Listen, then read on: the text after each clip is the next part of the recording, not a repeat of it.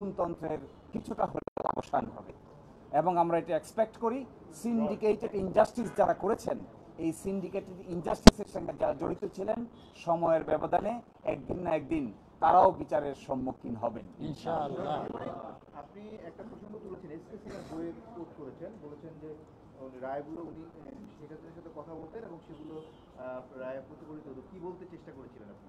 তিনি তার বই দ্য ব্রোকেন ড্রিম চ্যাপ্টার 9 সেখানে তিনি স্বীকার করেছেন যখন ট্রাইব্যুনাল প্রতিষ্ঠা করা হবে তখন ওখানে মতদ্বৈততা হচ্ছিল, তখন তিনি সিক্রেটলি দি দেন প্রাইম মিনিস্টারের সঙ্গে দেখা করেন, তাকে বোঝান এবং রাজি করেন।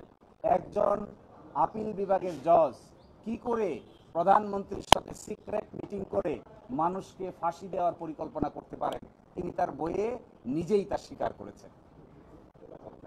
তিনি বলতে কাকে বোঝাচ্ছেন? জনাব এসকে সিনহা সাবেক প্রধান বিচারপতি, তার আগে তিনি ছিলেন আপিল বিভাগের বিচারপতি। আমরা এটাও দেখিয়েছি, তিনি নিজেই স্বীকার করেছেন যে আমি যখন এই আলোচনা করছি তৎকালীন প্রধানমন্ত্রীর সাথে, তো ইতোমধ্যে স্কাইপ কেলেঙ্কারি পাবলিশ হয়ে গেছে। তখন আমি নিজামুল হক নাসিম সাহেবকে ডেকে জিজ্ঞাসা করলাম, তিনি শুধু চান আপিল বিভাগে চলে আসার জন্য।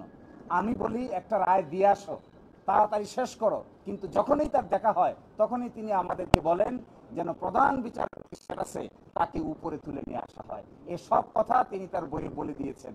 এই জন্য আমি আজকে দেখিয়েছি যে ষড়যন্ত্র করতে পারেন, অনেক কিছুই করতে পারেন, কিন্তু শেষ পর্যন্ত তার সবই প্রকাশিত হয়।